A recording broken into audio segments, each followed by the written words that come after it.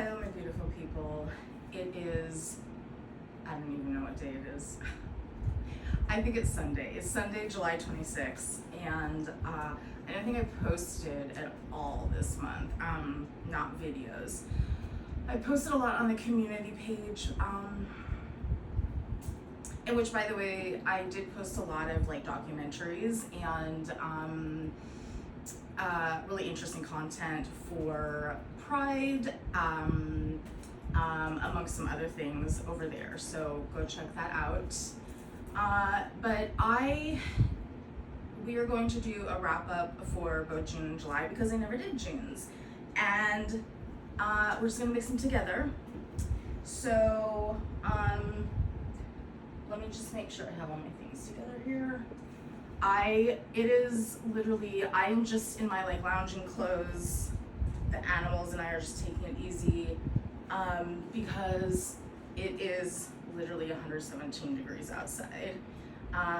It is miserable, so we're just chilling. It's a girls' weekend. I don't know, I've been in a weird mood this weekend. I don't know. I didn't really feel like posting, but I was like, I have nothing else to do right now. So I thought, well, let's just do this and get it done with. But I don't know, it's interesting energy. I don't know, I've been alone all weekend, and like the kids are with their dad at a family reunion, but I don't know, I just kind of been in a not the most relaxed energy, I guess we'll just put it that way. But I don't know, interesting that I guess Jupiter is in Leo. I think Jupiter's ruled by Sagittarius. I find that interesting that Jupiter's in Leo. I don't know anything about astrology though, so I just find anything interesting when it comes to Leo because I'm a Leo sun. And we are in Leo season, so happy Leo season. I am a August Leo. So I will have a birthday coming up in a few weeks. I'm actually a cusper. 0, 2, 1, This is really loud. 2, 3, 4, 5, 6. Wait, yes, okay, sorry. A day later I would be a Virgo, so, and I'm also a Virgo rising. But anyway, I love celebrating my birthday. I'm not somebody who is shy about my birthday, even as I get older. I will be 45 this year, so I have no problem stating my age. But yeah, I love my birthday. I love to celebrate my birthday, so I don't really know what I'm doing. Last year was a little bit of last year felt like a very, I don't know why, but it felt a little bit monumental because I was turning 44 on the 22nd, and I'm not big into like numbers and numerology and all that stuff, but nonetheless, that still kind of felt special. But like in terms of my birthday plans, they kind of fell apart, and it wasn't really a big deal. I mean, even my best friend couldn't make it. Womp womp. You know, it was my first birthday, divorced, even though he was there. He's one of the few people that was there. But, so I don't know what the birthday plans are this year, but I still love making a big deal about my birthday, so, I don't know, we'll see. But, let's get into, we're gonna start with tarot decks, that I used in June and July. Okay.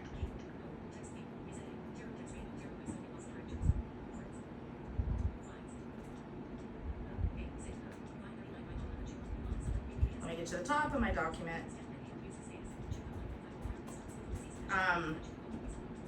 So for June, I was primarily using a lot of my queer decks,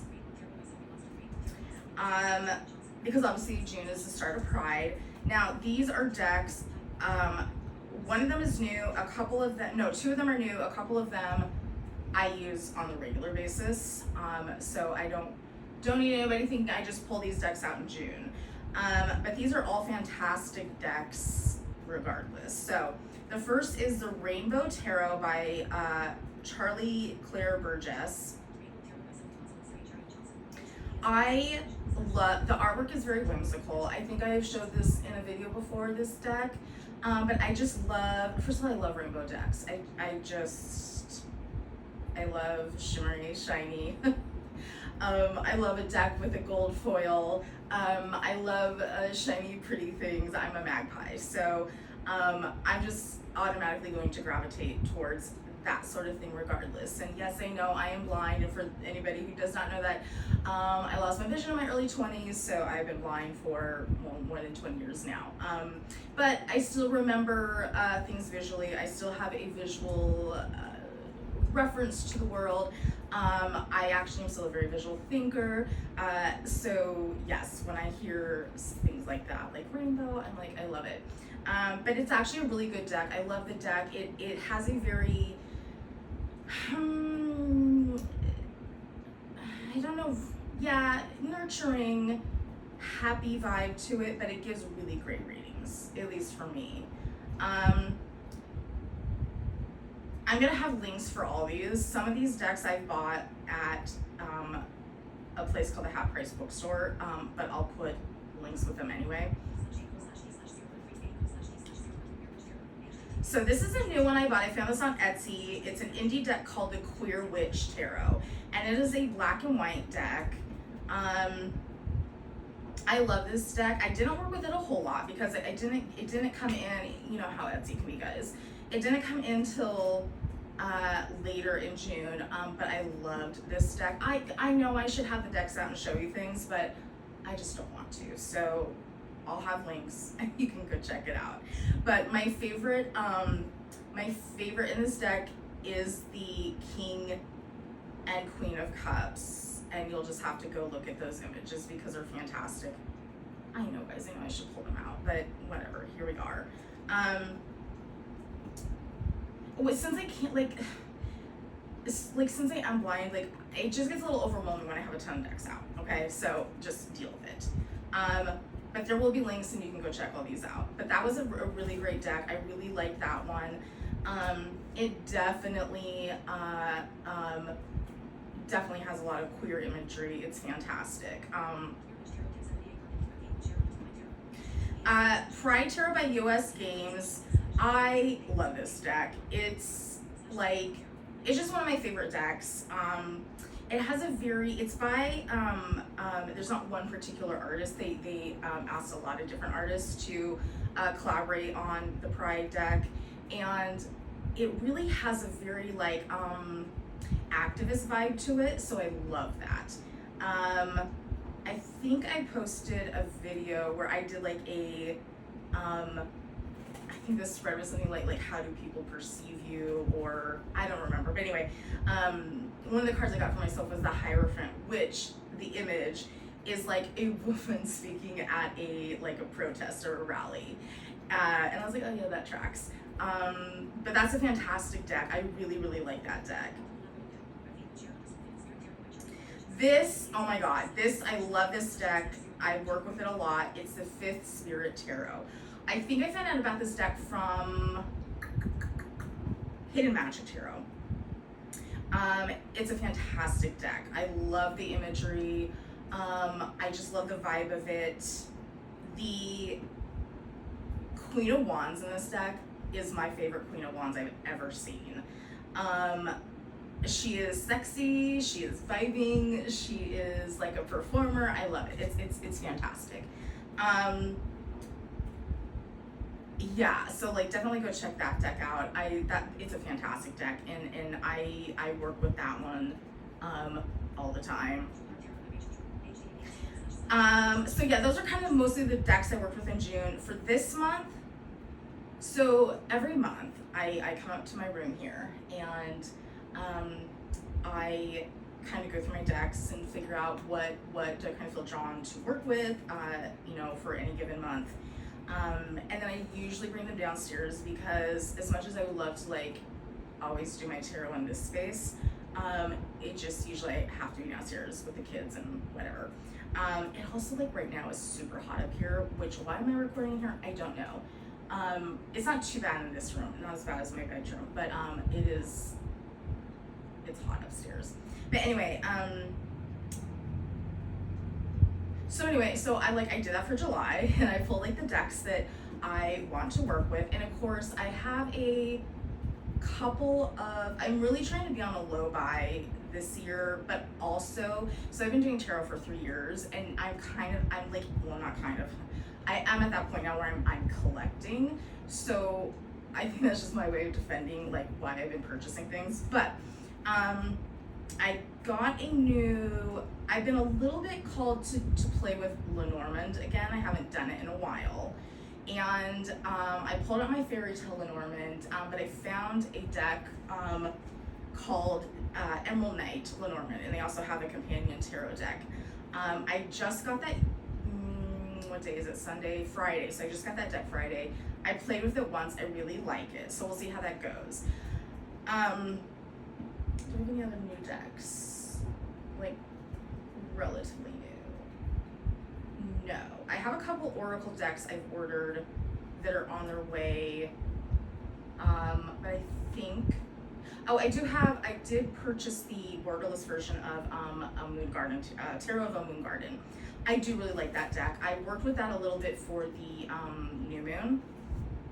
But this month, for some reason, I've primarily been drawn to working with my True Heart Intuitive Tarot by Rachel True, who, for those who know, is one of the actors in The Craft. She has been a witch and tarot slinger for, I think since she was very young. But I think I was listening to,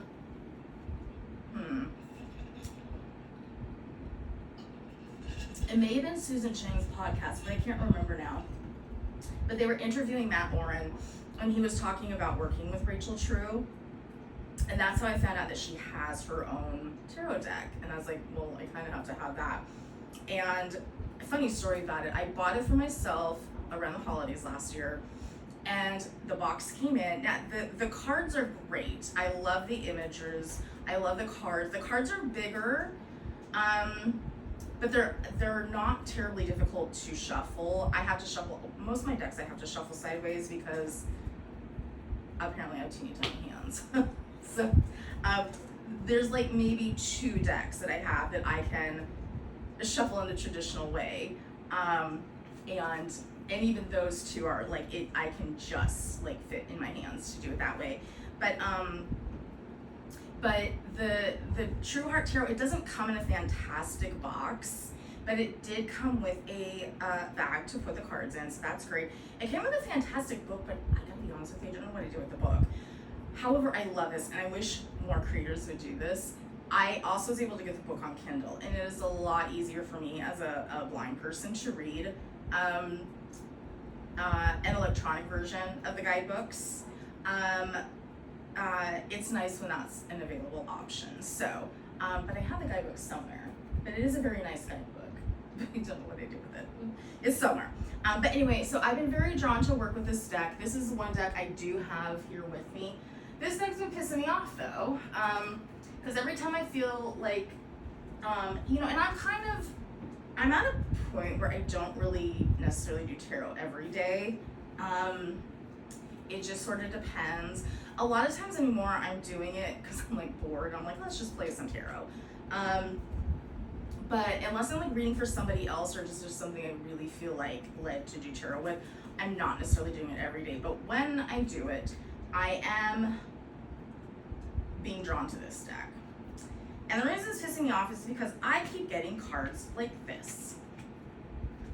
And I don't know if you're going to be able to see them, but the 10 of Cups, Ace of Cups, frickin' 4 of Wands. I'll take pictures of these 2. I hope I have them the right way. Again, if you have problems with me being a blind person here talking about tarot, that's your problem, not mine. Yeah, I don't know. It's like I'm just constantly getting draws like this when I go to this deck. And I know most people are like, well, those are good cards. I mean, yes and no. So it's just,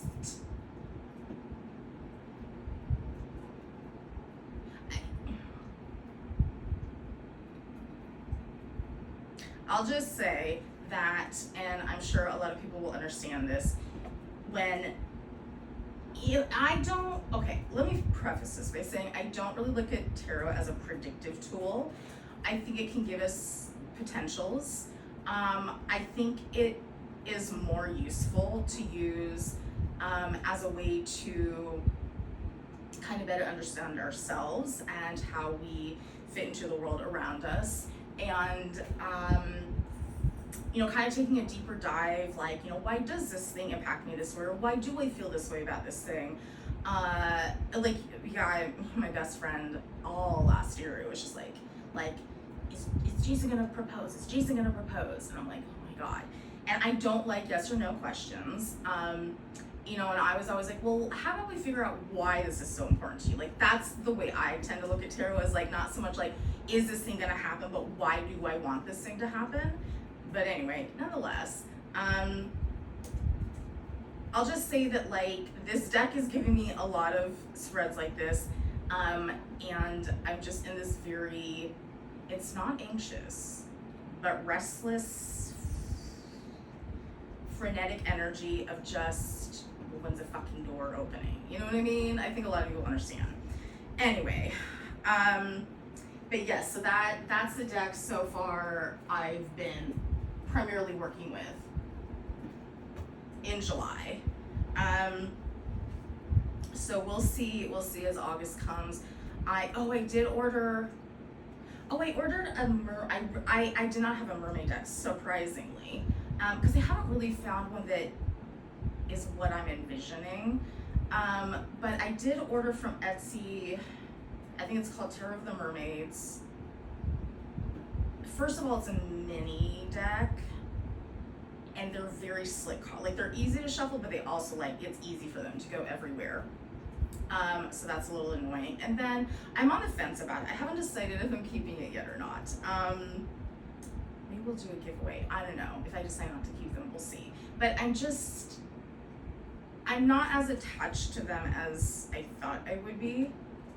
I'm not digging the imagery as much as I was hoping. I think the description of the imagery, I was picturing something different, and now that I actually have them, that's not so much what I was picturing. So I found another deck that I ordered from, like, an individual. It's a used deck, but it's not, obviously not the same, but it is a mermaid deck, and I'm hoping it's gonna be more what I'm envisioning.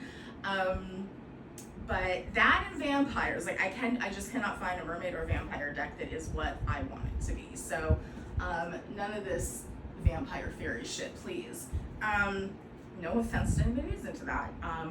As much as I love fairies, I'm just not into fairy vampires. So, but anyway, I digress. So, okay, crystals. I haven't been as intensely working with crystals this month, but ones that I have been working with, I've continued to work with flower agate. That's been a really, when I say heart opening, it's almost like, it's not like in like, oh, lovey-dovey sort of way. It's more like I literally feel like just this like, like a gasp, when I'm working with it. Almost like taking like a deep breath and then like letting it out. Like that's sort of been my, like, at least physical experience with working with flower agate. Citrine, I have a really cool piece of citrine. I should have brought it over here because it's actually mostly white and the tip of it is yellow.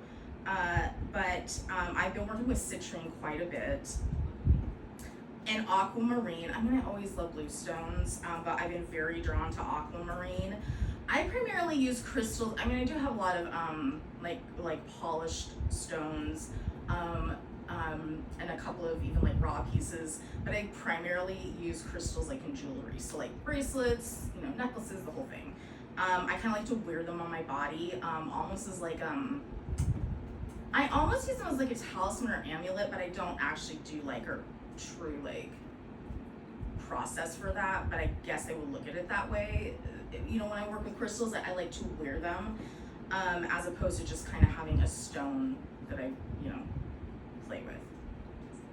And rose, I'm always working with rose quartz, but I've been, you know, very much vibing with it this month as well. And you know, I'm also just kind of trying to like really like experience that sun energy. I've been exhausted lately. I mean, really since like Pisces season. I don't know why, but I've been very exhausted, and I don't know. Like health is all fine, so there's really like no explanation there. But and this weekend has been the exhaustion has been intense. Sorry, I'm getting my drink.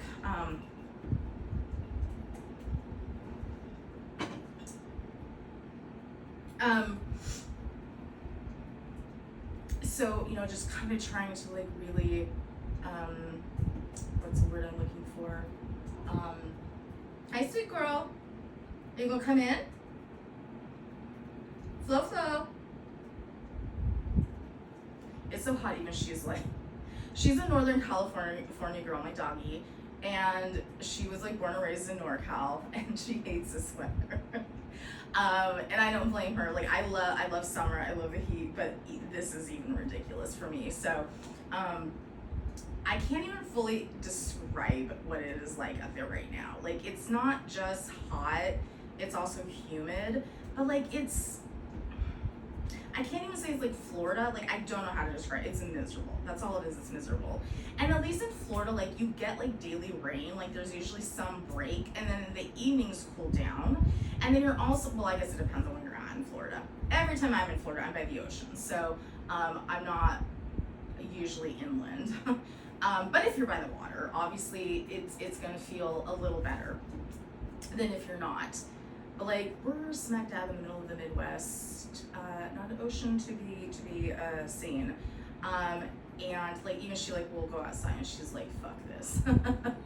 So we've literally been just like laying around and conserving our energy. But anyway, so okay, on to books. So again in June, I really, and again, like I read all sorts of books all year round. I'm not like, oh, I only read, you know, Black authors in February, you know, I only read disabled authors in April. Like that's, you know, I read stuff year round. But I did kind of want to put an emphasis on queer writers in June. So, and most of these are fiction, and yes, again, slanted towards horror, which apparently I like. But I was like, I need to read at least one nonfiction book. And I love nonfiction.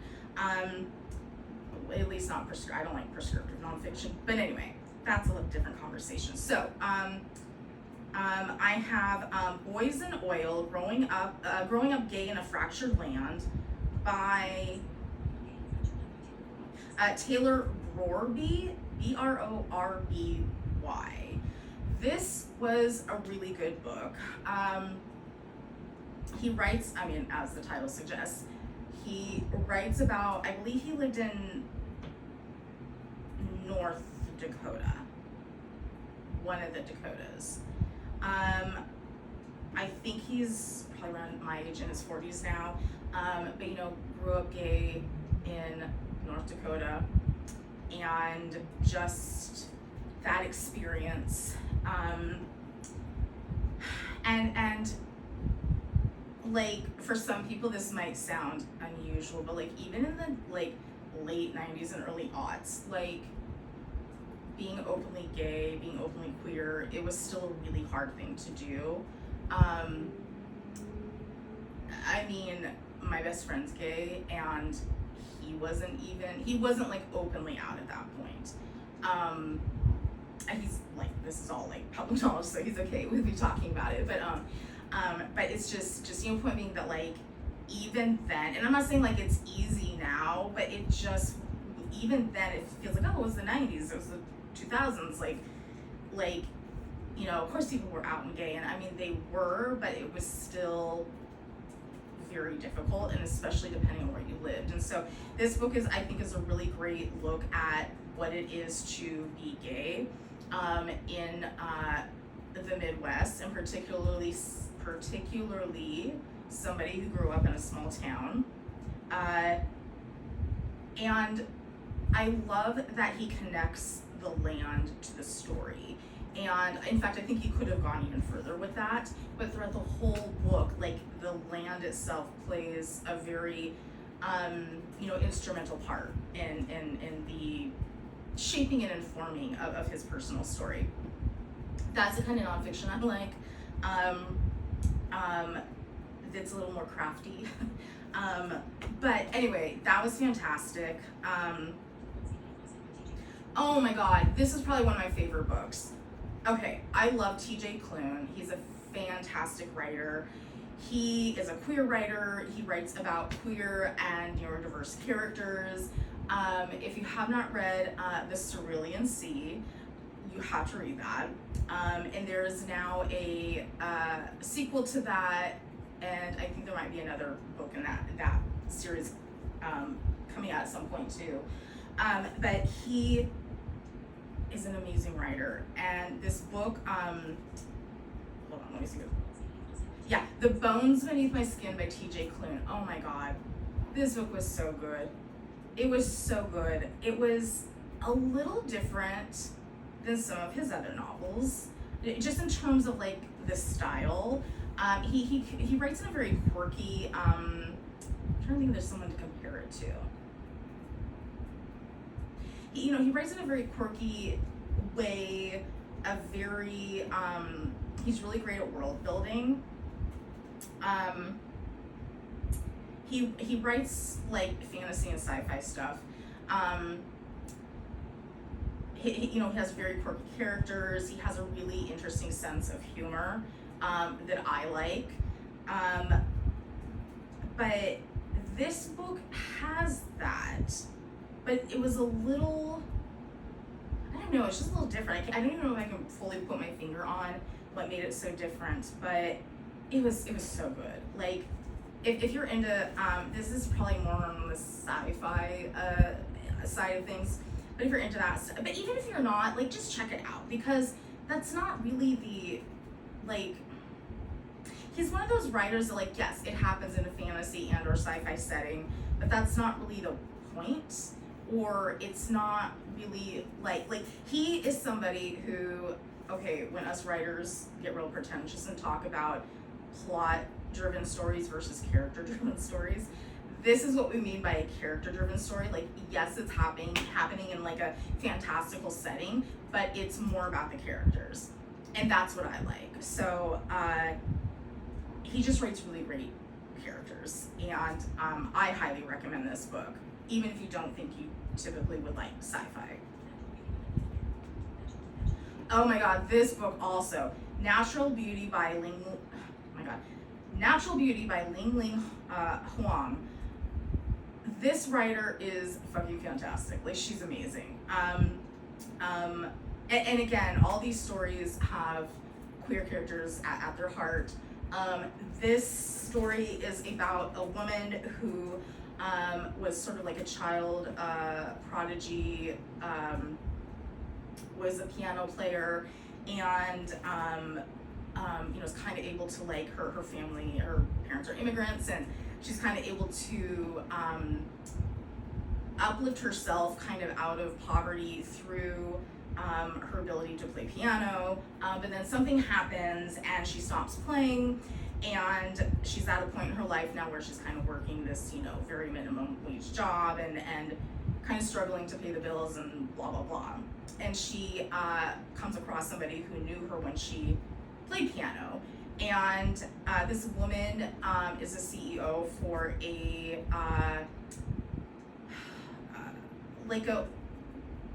one of those like organic, all natural like beauty companies, and you know was like, oh, you should come work for me. This I would say is very speculative fiction slanted. It is fantastic though. I really enjoyed it. I really like spec fiction. Like when we get into the sci-fi stuff, that's probably like, I'm not so much into like starships and things. I'm gonna be more into like the spec fiction. And this really was fantastic. It really looks at beauty culture, who gets to access beauty culture, what happens to people who are involved in that culture. But again, it is a character-driven story, so it is about the characters and how they interact within this world. I think the ending was a little rushed, but it was still a really good book. I think it's just the fan. Oh, my back, all sweaty. Ew. Okay, this book, Hell Followed With Us by Andrew Joseph White. He is a trans author, and this story, it's a really interesting story, and it's not that I'm on the fence about it. I enjoyed the book. I don't think it was a perfect novel. I don't think it was a perfect story. I think it needed, personally, if I had been the editor, there would have been a few places I would have liked some, I don't know, maybe some revision. Not that it's not a complete story, because obviously it's a published book. But nonetheless, it was still a good story. It was very entertaining. I think it had good characters. So it's a dystopian story where essentially this far-right Christian group has essentially taken over, at least America. It's sort of like Handmaid's Tale meets what are the books with Katniss? Those books. Those were a little like after my time, so not Divergent, that was the other one. Hunger Games. It's kind of like Handmaid's Tale meets Hunger Games, is how I would kind of describe it. But we have, oh God, it's hard to describe this book without giving too much away. I think there's some things that can be very confusing, because in fact at one point I was like, wait, is there a book that comes before this? But as far as I can tell, this is a standalone novel at this point in time.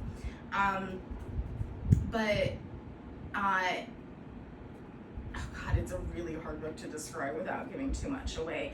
Basically, this young man is a part of the Christian group, but he wants to get away because he wants to transition.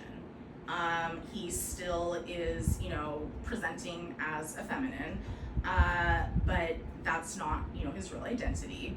And his father helps him escape, but he witnesses his father shot to death, executed. But he is still able to get away, and he finds a group of teens, of course they're all teens, and all the teens are queer, but they're kind of a part of this resistance group that is against this sort of Christian group that's kind of terrorizing the country. And there's other, again, this is kind of where I feel some of the things like we didn't dig in deep enough, but like it's not just like, oh, this queer group and then the Christian group. Like there are other people who are not a part of either, but like we don't really get into that a whole lot. But it's a little bit too like Last of Us. So it's a very interesting book. I do recommend it. But I really enjoyed this author. I think he is a great writer. I do want to read more of his books. it was a good book. You know, it's interesting to me that so to any of you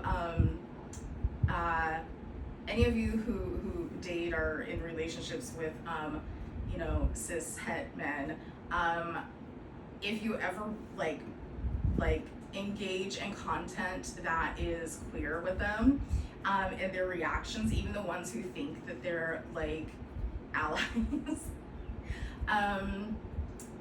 yeah, and if you've never done that, like try it out and see what happens. It can be entertaining. I remember watching, what was the gay cowboy movie? That's what we all remember it as. Brokeback Mountain with my then husband, and yeah, a little uncomfortable with the love scene. By the way, total sidebar. Anybody remember Heath Ledger? I had the biggest crush on Heath Ledger. For those of you who are younger, you might not even know who that is. Oh my god, I had the biggest crush on him. I can't remember the name of the other guy in the movie. Don't remember his name. But Heath Ledger. I've always like wished I knew somebody who knew him so I could just like, I don't know, he was such like a great actor. Like, I'm just curious about like his process. This is so nerdy stuff, but I don't know. I was watching like a video not that long ago of Christian Bale talking about how Heath Ledger stole the show in whatever Batman movie he played the Joker in, the one that he won an Oscar for posthumously, but I don't know, I'm so drawn to talent. Like, I can't tell you how many guys in a band have dated. But like, sorry, it's like really hot. I don't know. I just always thought it'd be cool, like, to know somebody who knew him, because he just was like a fucking fantastic actor. Yeah. But anyway, I digress. Okay, this book, you have to go read it, guys. I have read this book more than once. But when I knew I wanted to read queer authors, I knew I was just gonna have to read this book again. Ash by Malinda Lo. I love this book. It is a Cinderella story with queer characters at the heart of it. And it's just, oh my god, it's so good. She's such a good writer. She actually tends to write more sci-fi. But this is such a good book. It's so, so good. If you are like me and you love, you know, fractured fairy tales, you know, retellings of fairy tales, you know, different takes on fairy tales, this is definitely one you have to check out. It's so good. It's so well written. It's just a gorgeous book. I love it so much. And there's also then later, she wrote it's sort of a sequel, but not really, because it doesn't have all the same characters, but it's like in the same world, called The Huntress, I think.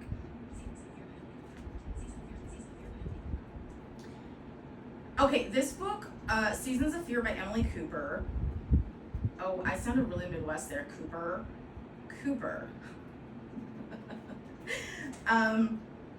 This book is, again, a fantasy book. How do I describe this book? Essentially, there is a village, like a medieval type village, who have this saint who, I can't remember, I don't remember if it's, I don't think it's no, I think it's like, well, it's just whenever there's like a collection of girls who turn 18, like whenever girls turn 18, I think it is, they are like, have to go through this like ceremony, and how do I describe this book? I'm not good with describing books like this because I just want to give you like the whole plot. So they have a saint that protects the village, or so they think, and the saint basically demands a tribute when girls turn 18, and they have to go through this ceremony, and like not all of them necessarily survive it. And there's this one girl who literally has no fear. Like she never, like just something about her, she was born with no fear. But they have to hide this. Like she and her family have to hide this because, you know, oh God, I can't, this is gonna be too much, but like they have to hide this fact. And then like hijinks ensue, romps ensue. No, she, like, on her 18th birthday, she goes and she assumes that, like, because the saint always is like, I got my eye on you, I know there's something up with you. And so she assumes that, like, she's not gonna come back from her ceremony, but then, like, she does, but then she kind of learns some things about the so-called saint, and she decides to go on a journey to figure some shit out. And along the way, she meets some people who kind of connect her to her identity and why she has never been afraid of anything. Anyway, it's not the queer love story is not the main topic, but there is a queer romance in this story, but it's not a romance story.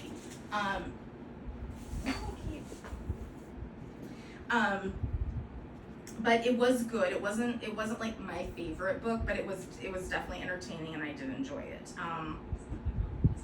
This is a really good book, Slewfoot by Brom. And again, these are all things that I read between June and now. This is a really good book.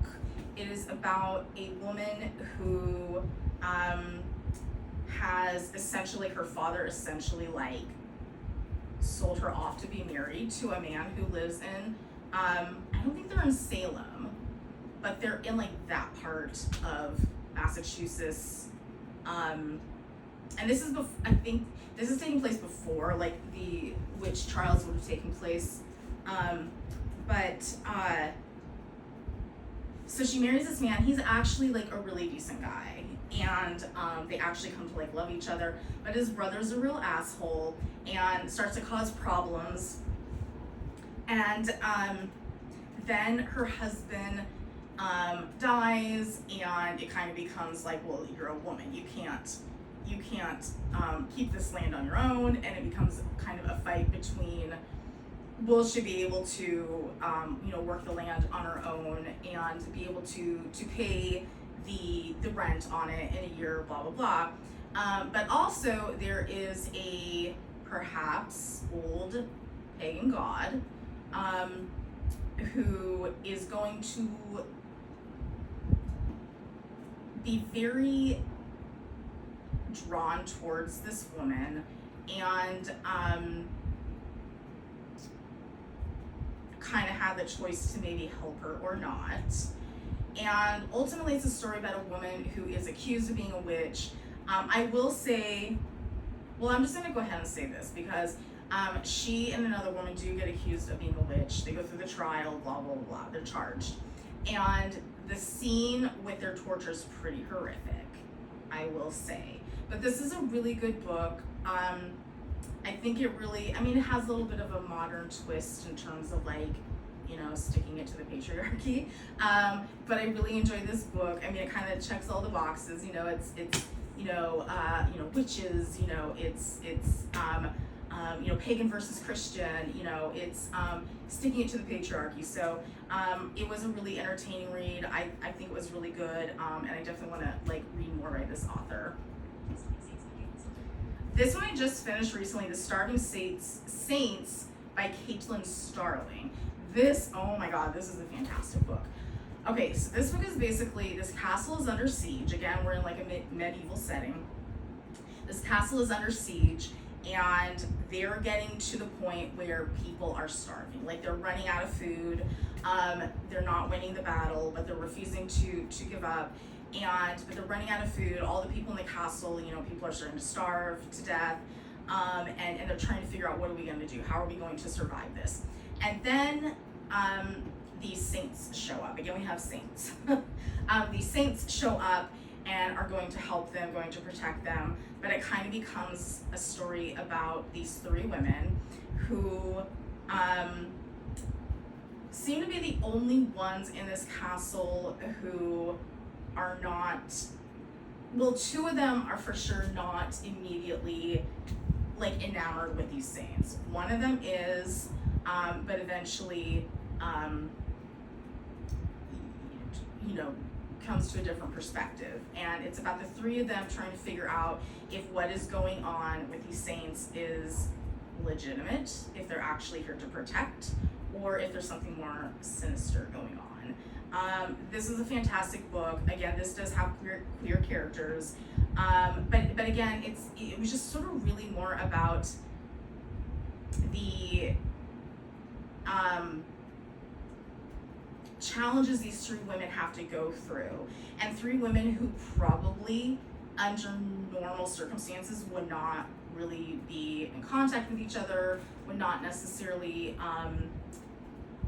you know, have any connection to each other. You know, one is a knight. She's sort of like the knight for the king.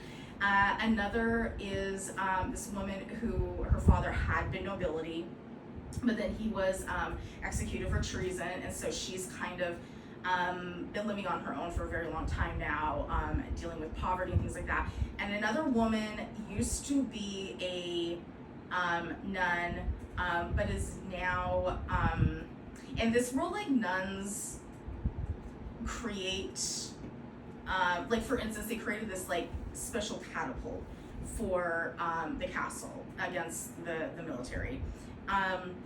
But this woman kind of figures out how to invent things in a more mystical way. And so she now is no longer with the nuns, and the king has kind of kept her as his little pet project to kind of see what else she can figure out how to accomplish in these more unorthodox ways.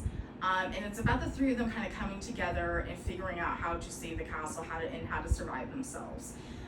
It's really good. I really, really enjoyed this book. It was actually one that was kind of hard to put down. And then my last book is, I am actually not done with it, but Fireflies in Winter by Eleanor Shearer.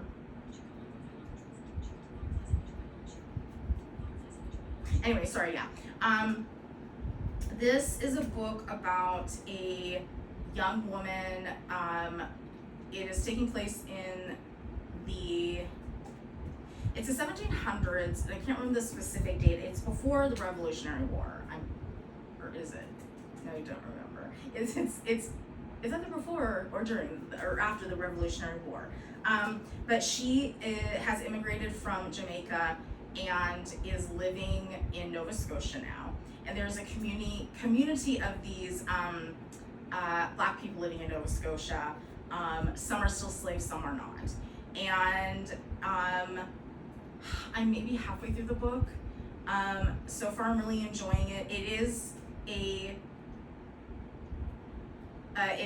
technically horror. So there are some mysterious things happening in the woods.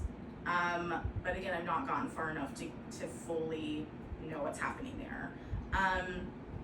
But I'm really enjoying the book. I've just been a little bit, I haven't been reading as much as normal. So I kind of like, I'll read a couple chapters and then like a few days later I'll go back to it. So, but I am enjoying it enough to say it's something I would probably recommend. And we'll see by next month.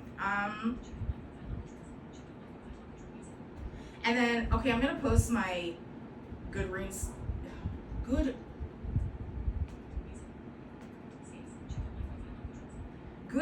link because I put all my books on there that I read. So if you're ever interested in like what I'm reading, what I have read, you can go check that out. Okay, music, not a lot. I've been watching a lot of the NPR Tiny Desk concerts on YouTube. I love those. And then I found out they have Broadway versions, and I have been binging. So I did not know they did that, and now I'm obsessed. So if you just go to NPR Tiny Desk Concerts on YouTube, and then you can find all the ones they've done with Broadway shows. Specific song, a version of Stand By Me by Florence and the Machine. I don't know. I heard it one day, and now I'm kind of obsessed with it. Okay. This is a band I really liked back in the day, and for some reason I've been listening to their music a lot. Death Cab for Cutie. They were kind of are like an emo, rocky type band. I don't know, I really liked them back in the day, and I've just been drawn to listening to their music a lot more again. Not really anything specific, but just their music in general. And then another song that, I don't know, this song is just a song that kind of keeps popping up for me. Like, I'll wake up and I'll hear it, or it'll just randomly be on the radio. But it is Swim, and it is BTS. I know, I'm too old, but I like this song, but also it's just kind of been, I don't know, like, in my face a lot lately. So, media. Okay, I told you last time that I was watching the final season of Boys. I finished it. Oh my god. Oh my god. It is such a good show, and the ending is so good. For anybody who doesn't know, it is based on an actual like comic book series. Now, I'm not a big comic book person, but I like when things are done this way. So it's kind of like making fun of comics, particularly like DC and Marvel, and kind of the capitalization of those franchises. So like basically in this world, superheroes have like they get their powers through a virus, but they're not really superheroes. Like, they have these abilities. Somebody feed the freaking dog already. Somebody's gonna want their food here. We're almost done here. But they don't, but they really just like make movies, and they have like brand deals, and they're not really superheroes. But they also can cause a lot of harm. And there's a group called the Boys who are just like they don't have super abilities. They might have like special skill, like one of them, a couple of them were like, you know, like special ops in the military, things like that. But anyway, they kind of get together, and you know, the whole series is just kind of about them trying to take down what they call the Supes. Anyway, it's very tongue-in-cheek, it's very raunchy, but it was a really good ending. It was a really good ending to a show. There were some very bittersweet moments that I was not expecting, and there was even a part that made me cry. And I don't cry easily, but it was good. It was good. Okay, I just discovered this. Again, it's not a comic thing, but again, it's not a traditional comic. It is called Spider Noir on Prime Video. The Boys is also on Prime Video. It stars Nicolas Cage, and he is a Spider-Man-like character. It is taking place, I think, in like the 30s, like early 30s, because it's still Prohibition, so it would have to still be the early 30s, because Prohibition was, oh, my blue dot sign, yes, I need to hang that back up. Because I know Prohibition ended in like 1933, something like that. Anyway, doesn't matter. I'm digressing. It apparently has won awards. I never heard of it. I just sort of came across it when I was trying to find something to watch this weekend, but I'm like really into it now.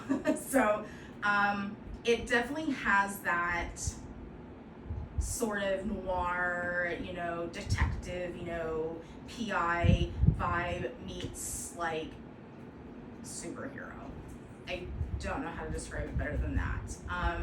But we have now our main character, Nicolas Cage, who hasn't been his superhero self, called the Spider, in like 5 years, and he just wants to let go of that identity. He wished like he never had these abilities, blah blah blah. So he's just trying to live like a normal life. But some things start happening. He lives in New York City, of course, and some things start happening that he might have to get like involved again in his superhero capacity. So I don't know, I've been finding it interesting. Okay, I binged the new Little House on the Prairie on Netflix because I love the original from the 70s and 80s. Now obviously the books and the old show don't always stand up to the test of time. I've seen a lot of commentary on this show. I personally liked it. I thought it wasn't like the best show, but I liked it. I liked what they did. I liked the changes that they made. I liked that the creator is trying to be more historically accurate, because we now know that Laura Ingalls Wilder probably wasn't completely writing her own books. It was her daughter who was really helping her to do that. And second, you kind of have to look at her books not so much as pure nonfiction, but as a little slanted towards historical fiction, because she was really trying to idealize like her childhood. But like in doing so, it really kind of negated what actual life on the prairie was like, what homesteading was actually like. Not to mention, the reality of indigenous people versus white people, black people versus white people. So I feel like this show incorporates those things in a way that's not preachy, but places that in its rightful timing in that era. After I watched this, I think it was 8 episodes, I was like, I haven't watched the original in a very long time. So I went back, I watched the first episode of the original is actually like an hour-long movie, where they're in they're not actually in Independence, Kansas, but they're homesteading near it. And then the second season begins where they move to Walnut Grove in Minnesota, and I believe the rest of the series happens there, even though in real life the Ingalls, I think, continue to move around. Anyway, I didn't remember Michael Landon playing Charles Ingalls so macho and kind of at times like cold. And I really like how the actor in the new show is portraying him. I think I like his choices a little bit better. He plays a character with a tendency to go into his head a lot, but the way he presents to people and the way he is with his family is different. And I don't know, I just sort of liked the choices he made. But anyway, I don't know, I thought it was worth it. It's, family friendly, but not too like cheesy, like not in a cheesy family friendly way. I don't know, I thought it was cute, I thought it was good, I enjoyed it, I liked it enough that I'm like, I hope they bring it back. And then I had some shows that like I'd started and I hadn't finished, and I had like a couple episodes, so I did finish Loot and Palm Royale on Apple TV. If you haven't watched those, Loot's hilarious. It stars Maya Rudolph. She's a billionaire. Basically the plot is she's a billionaire who's trying to give all her billions away after her divorce.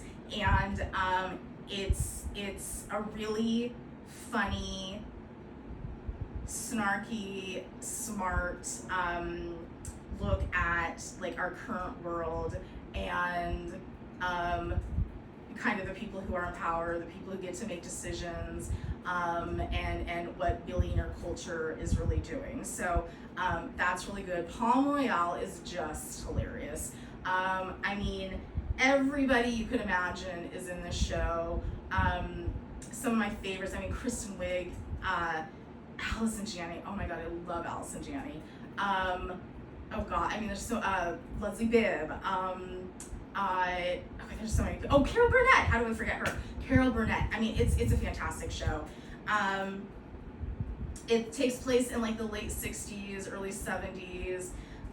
It's just sort of a very funny, kind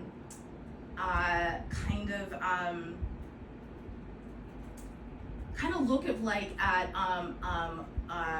sort of wealth culture in Florida at that time, and everybody wants to go to this Royale. It's like the club, and it's, I think it was I think it was just the second season, or was it the third? Now I don't remember. Anyway, I don't know. It's really funny. It's really good.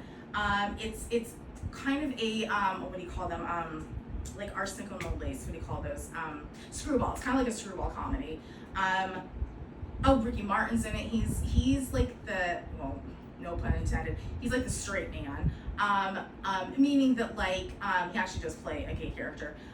But like he is not like wacky and like kind of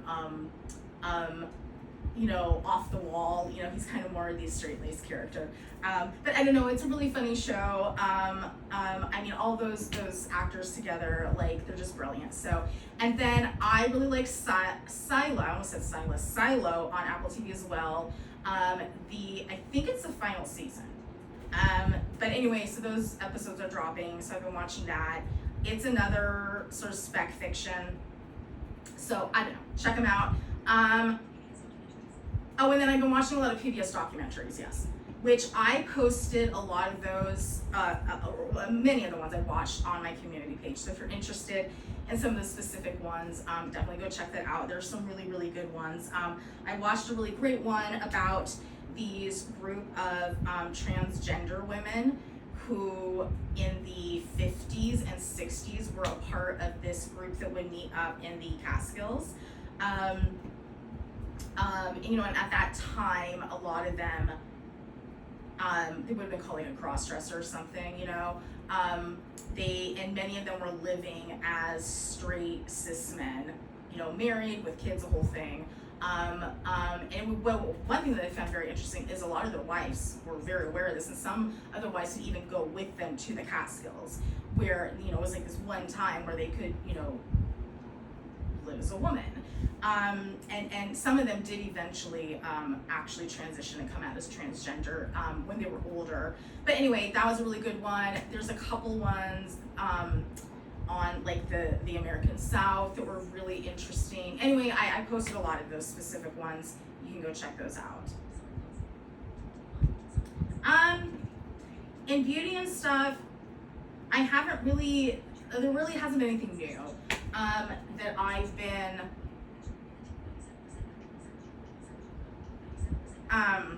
sorry.